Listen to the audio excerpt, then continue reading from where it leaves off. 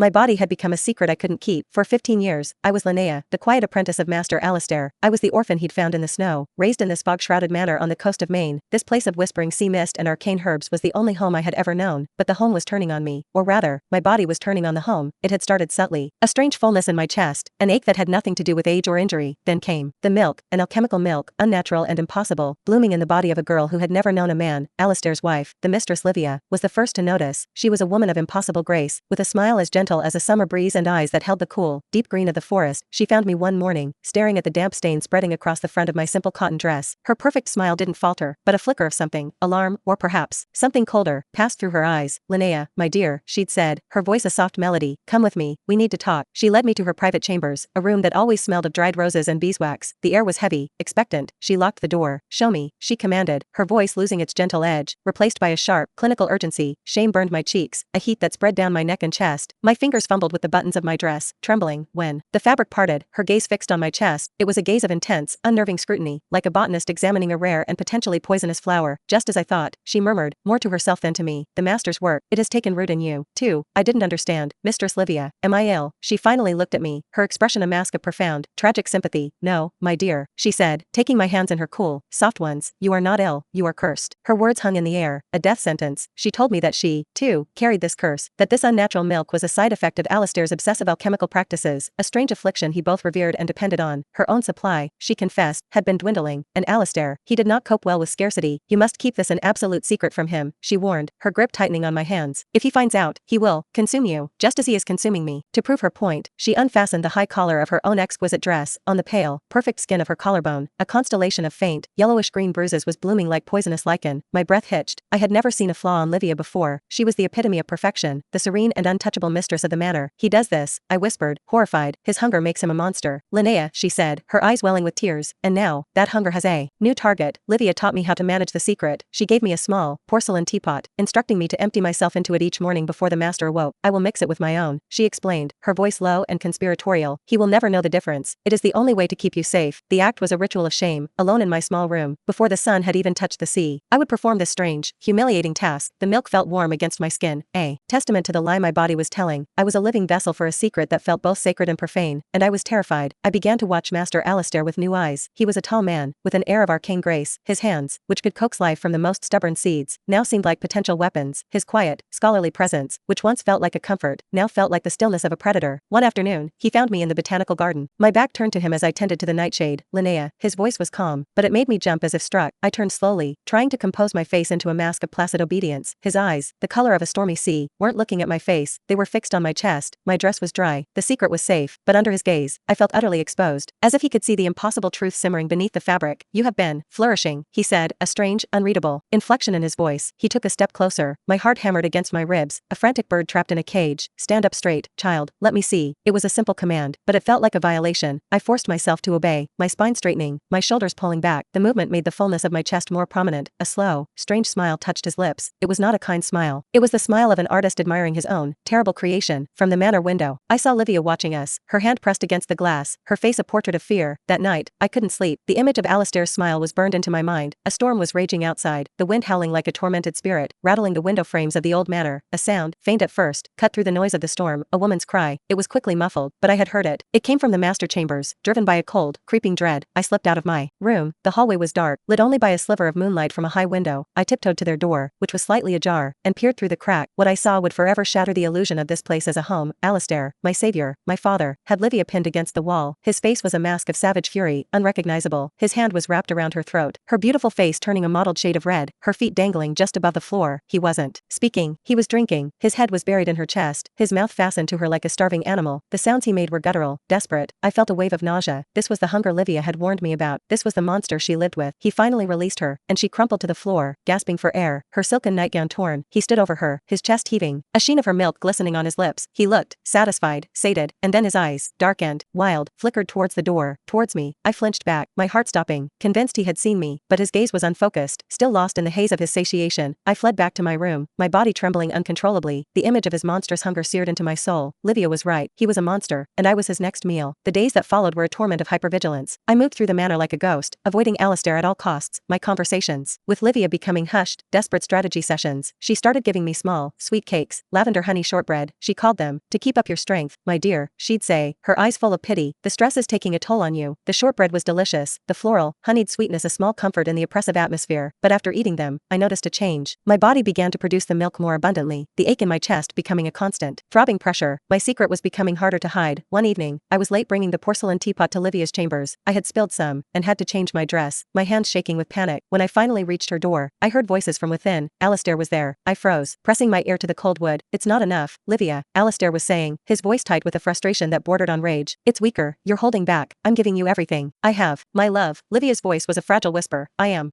tired.